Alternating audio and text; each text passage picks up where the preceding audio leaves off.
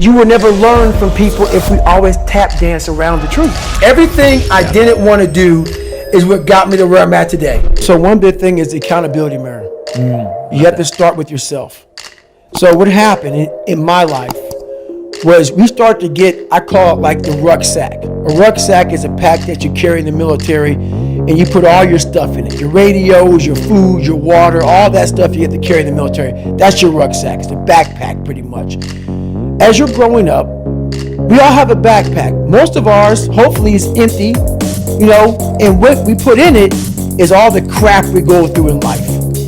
That's what is in the backpack for the civilians, and we carry it around with us. So what you have to start doing is realizing that no matter where you're at in life, I got called nigger a lot. My dad abused me, learning disability, stutters, immaturity, insecurities, self-doubt, so much crap on top of me.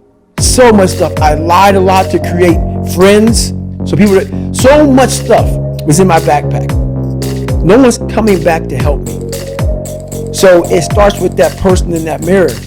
You have to realize you are on your own now. And whatever else you believe in, I don't care what you believe in, but on earth, it's a very lonely journey. And it starts with the accountability mirror, looking at saying, hey, my dad who beat the hell out of me is not coming back. All these things are coming back. I have to face myself. And you have to own all those things that people may have done to you. Now it's yours. You got to own it. It's yours now to fix the problems that people did to you. It makes no sense. It's not fair. I get it.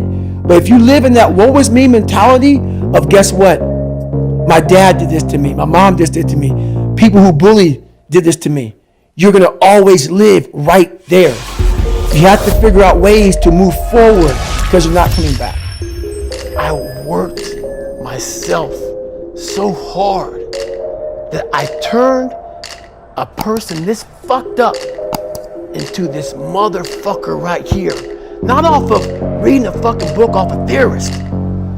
Off of going to work on myself and saying, I don't know how to do this, but I know that to get over there to that fucking side, I gotta grind myself into a fucking fine powder. And I did it. I guess some inside fuck yous to people in there, but it's an overall message to people that we're all, a lot of us are going through a hard time in life.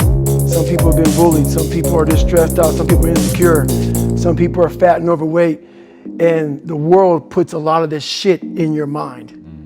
It's not just you, you help it.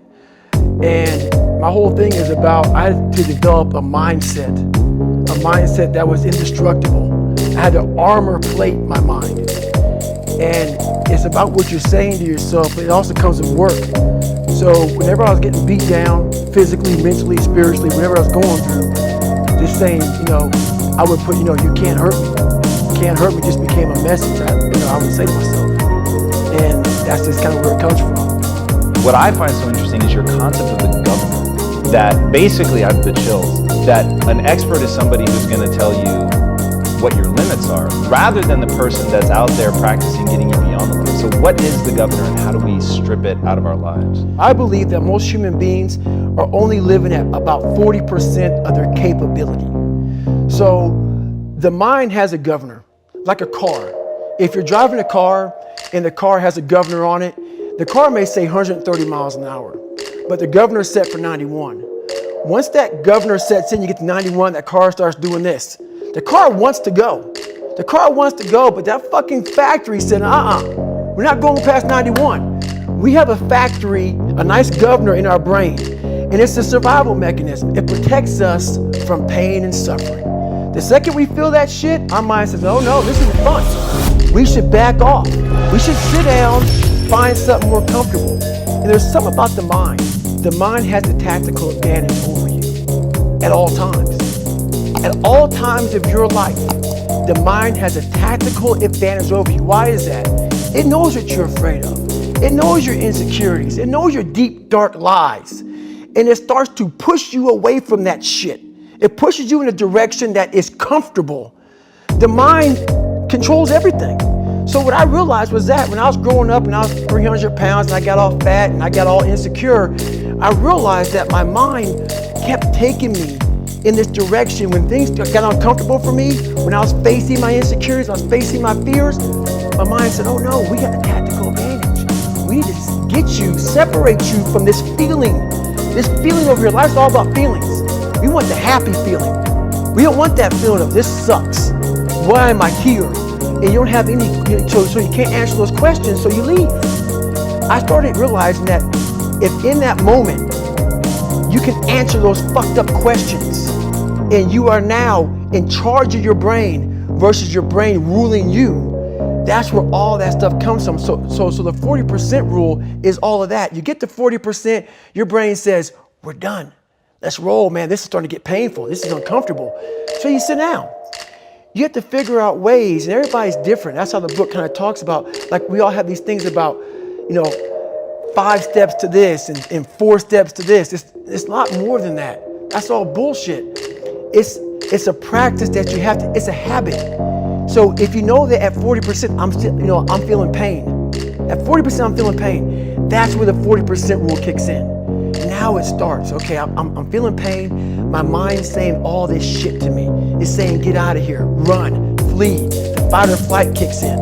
Okay, we're done. We're not good enough. It starts telling you all these things. You start to believe it because the mind controls all. This is the time where you have to gain control back of your mind. It's okay. Let me see if I can go 45%. And once you start giving yourself more and more hope and start realizing, okay, the mind starts to be, okay, what are you doing? We're supposed to be going right and you're going left. You start then controlling your mind.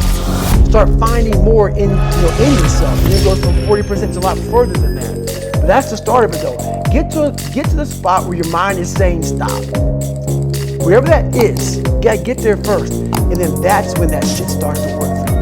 You gotta control yourself in that moment. It starts with the mirror. I call it the accountability mirror in the book. It's not fair. You're right. It is not fair. The situation that you're in, the people around you, the lack of resources that you have, it is not fair. I agree with you. So now what? Because you have a very important choice to make. The past does not have to equal the future. Where you started from does not have to be where you end up. All of your heroes overcame bigger obstacles than what's in front of you right now. So now what? Are you going to take accountability and create a new life, or keep complaining about how your current life is not fair? Let me tell you a quick story about friend of the channel, Alex Sayen, who helps me run Toronto Dance Salsa. Alex was a student at TDS for a number of years and badly wanted to be a helper. Helpers are advanced students who then help volunteer their time to help out the other students. He was rejected. He was rejected over and over and over again that he was not good enough to be a helper. Finally, he got accepted to be a helper. His next step was he wanted to be assistant, then he wanted to be an instructor, and over and over and over again. While people were getting promoted and given opportunities, Alex just didn't have the material. Alex kept getting said, no, you're not ready, you have to fix this, you gotta fix that, you're not good enough yet. Keep going home, keep working on it. Eventually he got to the point where Sharon, who is the original owner of the studio, said, okay Alex, I'm gonna train you to be an instructor. Years after where most people would have been given the opportunity, Alex finally earned his way in. It's easy for him to have said, hey, it's not fair. Why are other people getting opportunities ahead of me? Hey, it's not fair on me. But he kept going. He kept working. He kept grinding. Then disaster struck. Finally, he got that opportunity, right, to be trained to be an instructor. And then Sharon, the lead instructor, hurt her back and couldn't train with him. So she asked me to come in and help teach the class.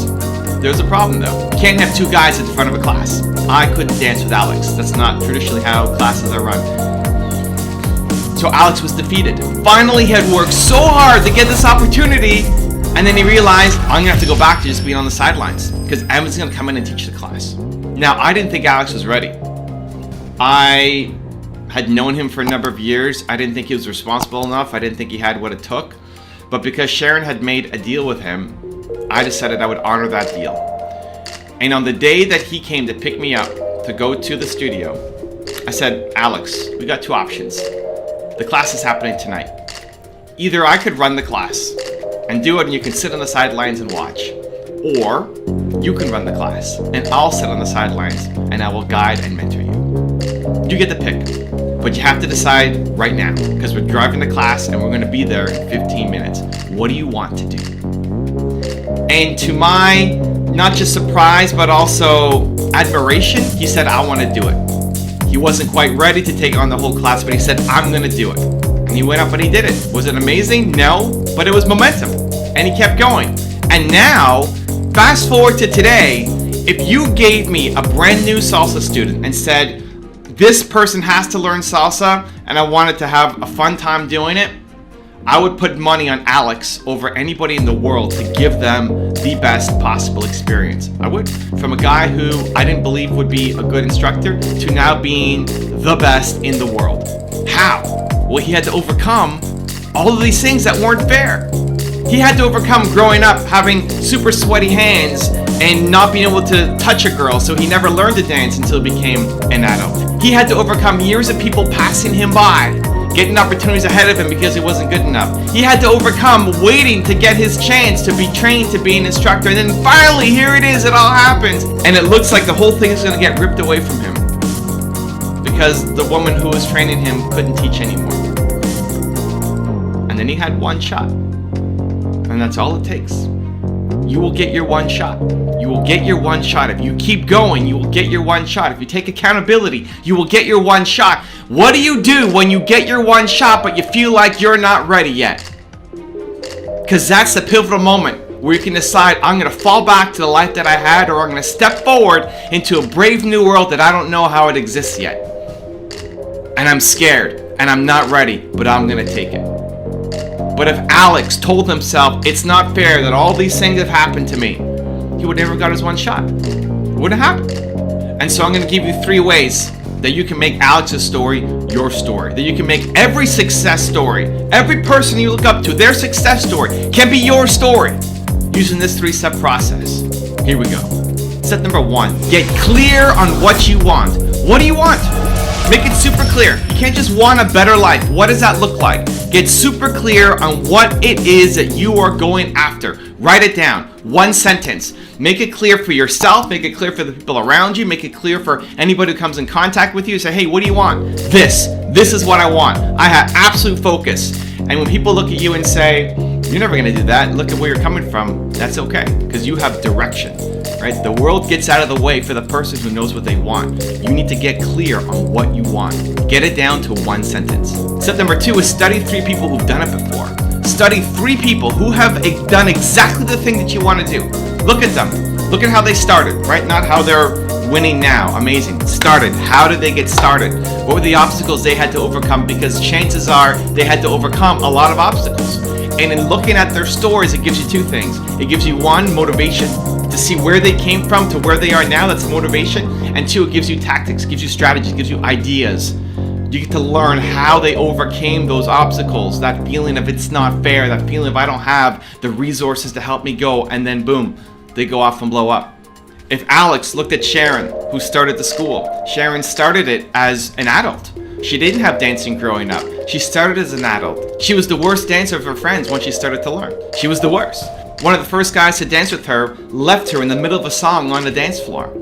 For a lot of people, that'd be soul crushing. That would be, it's not fair. It's not fair. I didn't go to school for this. I didn't learn this growing up. I'm trying to learn this as an adult. I don't have what it takes. It's not fair. It's not fair for that guy to be so mean. It's not fair. Great. She said, you know what? Yeah, it's not fair, but I'm going to keep going. So study 3 people who've done exactly the thing that you want to do. Learn from them, get motivated by them, and use their strategies to work for you. And step number 3 is create CEO time. You need to create CEO time. CEO time means you're working on being the CEO of your business and your life. The CEO, that big goal that you set in step number 1, that demands a CEO. If you want that goal to happen, you need to step up and be the CEO of architecting that goal into existence. And so you need to have CEO time somewhere in your calendar. You need to pull out your calendar, however you're using it, if it's Google Calendars or Notebook or whatever you're using, and every week there needs to be a chunk of time, a window of CEO time. And in that time, you're going to be spending your absolute focus on driving that number 1 goal into fruition, creating it into existence.